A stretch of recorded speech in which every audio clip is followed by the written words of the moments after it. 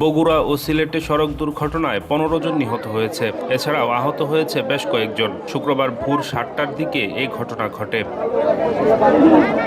জানা গেছে, ভোরে বগুড়া নওগাঁ আঞ্চলিক মহাসড়কের এরুলিয়া এলাকায় নিয়ন্ত্রণ হারিয়ে একটি বাস সড়কের পাশের বৈদ্যুতিক খুঁটিতে ধাক্কা দেয়। এ সময় পাশে বেশ কয়েকজন শ্রমিক দাঁড়িয়েছিলেন। বাসটি চাপা দিলে ঘটনাস্থলেই 3 জন নিহত সহ মোট 7 জন প্রাণ হারান। এ ঘটনায় অন্তত 15 জনকে হাসপাতালে ভর্তি করা হয়েছে। নিহতদের মধ্যে 4 জনের পরিচয় জানা গেছে। তারা হলেন গাইবান্ধার আমিরুল, নুরুল আলম, বেলাল ও জয়পুরহাটের তাজমুল। আহতদের বগুড়া শহীদ জিয়াউর রহমান মেডিকেল কলেজ হাসপাতালে ভর্তি করা হয়েছে।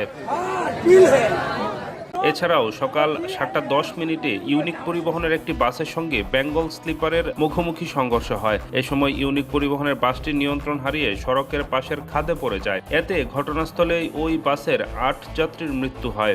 দুর্ঘটনার পর স্থানীয় লোকজন, ফায়ার সার্ভিস ও আইন শৃঙ্খলা রক্ষাকারী বাহিনীর সদস্যরা যৌথ অভিযান চালান। শব্দ উঠলো, আমি কি বাবার বিকট শব্দ, তখন আমি চট করে উঠে ঘুমন্ত অবস্থায় সবাই নামতেছে, তাড়াহুড়াকে নামতেছে।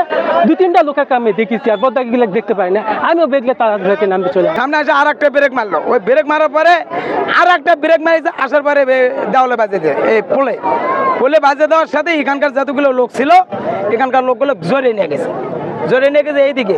আর পিছন দিনে একটা গাড়ি আসলো, আর পিছনে আর একটা গাড়ি আসলো, আর 2 জন বাদাবাদি করে আসতেছে। ওই গাড়িটা করেছে আর গোয়াত মারি দিয়েছে, আর গোয়াত মারলে বন্ধু গাড়িটা চটকে ঘুরে এইদিকে গেছে। ঘটনাস্থলে 3 জন স্পট ডেথ হয়েছে, আর 14 জনকে হাসপাতালে পাঠানো হয়েছিল। 14 জনের ভিতর 3 জন মেডিকেলে মারা গেছে।